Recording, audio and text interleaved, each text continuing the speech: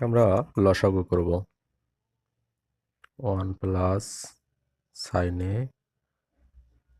সরল করব এটা আমরা 1 মাইনাস সাইন এ, এটা ক্যান্সেল, তাহলে আমাদের থাকে 1 মাইনাস সাইন এ প্লাস 1 প্লাস সাইন এ।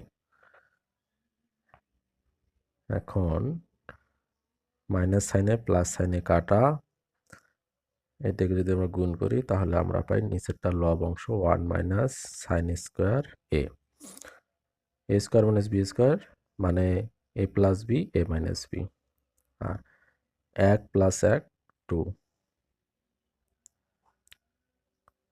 হর লব 2 হর হবে 1 মাইনাস সাইন স্কোয়ারকে আমরা লিখতে পারি কজ স্কোয়ার এ, কারণ আমরা জানি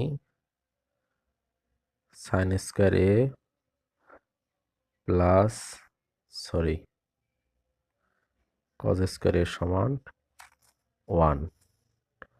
তার মানে আমরা এখান থেকে এটা লিখতে পারি কজ স্কোয়ার এর সমান 1 মাইনাস সাইন স্কোয়ার এ।